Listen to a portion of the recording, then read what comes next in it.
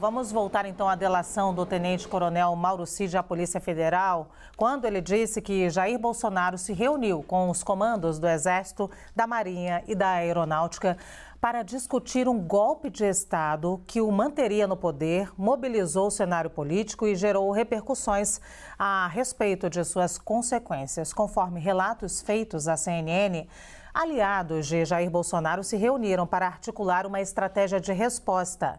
Já lideranças petistas chegaram a dizer que havia uma justificativa para a prisão do ex-presidente.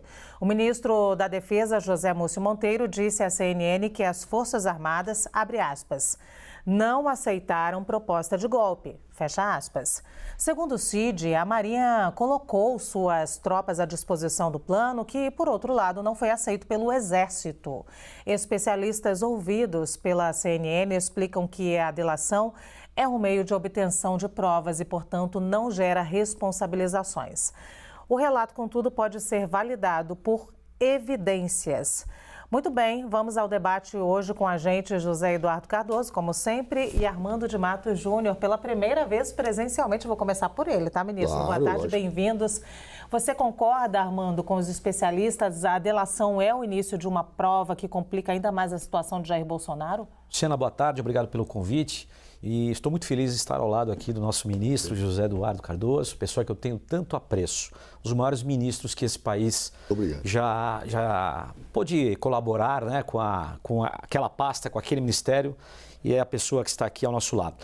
Respondendo a sua pergunta, a delação, eu entendo ela interessante, ela mais justa, quando a pessoa está solta e ela vai espontaneamente e ela delata. Fala, eu vou entregar essa pessoa, vou entregar a outra e leva ao conhecimento da autoridade, de quem investiga ou do Ministério Público, não importa, os fatos. Aí, tudo bem. Mas quando a pessoa está presa, é diferente.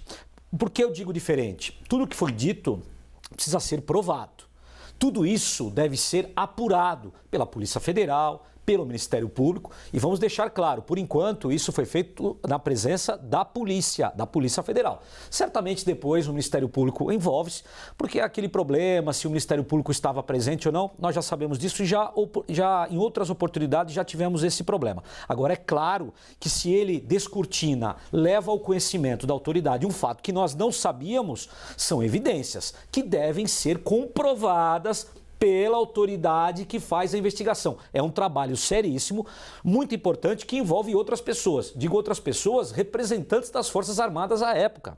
E tudo que Exército, Marinha, Aeronáutica não quer trazer para si é o problema que já aconteceu no passado, lá nos anos 60, de 64 a 85. Tivemos um grande problema com as Forças Armadas, que foi a ditadura militar. Tenho certeza que esses integrantes de hoje, eles querem deixar isso longe, completamente longe deles.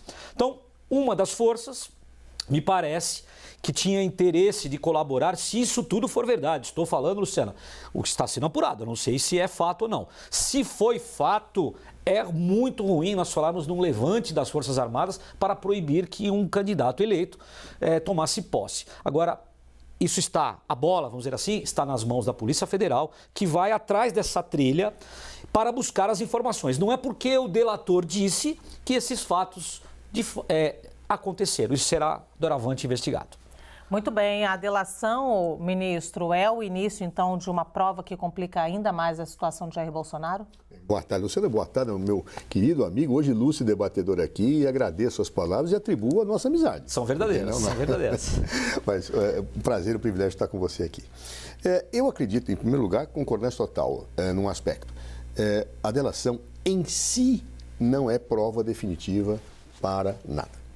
Ela é um indício, ele é um indicador para investigações futuras e tudo aquilo que foi declarado deve ser demonstrado para efeitos de que uma pessoa possa ser levada a uma condenação. Segundo ponto, ao contrário do que alguns estão dizendo, não me parece que esta delação por si possa permitir uma prisão preventiva do presidente. As hipóteses de prisão preventiva são claras na lei, elas devem ser interpretadas restritivamente e não se configurou pela delação a hipótese de prisão preventiva, salvo se existe algum outro tipo de conduta, tentando esconder prova, tentando fazer alguma coisa. Mas pela delação em si, não. Terceiro ponto, A delação parece que se amolda a todo um conjunto de evidências que vão dando um grande cerco, um torniquete em Jair Bolsonaro, digamos assim.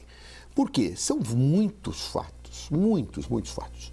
Fatos que envolvem agora a delação, em que ele teria se reunido com os comandantes do Exército, quer dizer, apresentado um documento para preparar e ver se havia concordância com o golpe de Estado, contando com a adesão apenas e tão somente do comandante da Marinha.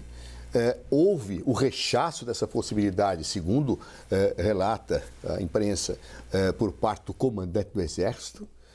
Mas isso tudo se soma a um conjunto de situações que vem no tempo e desembocam dia 8 de janeiro.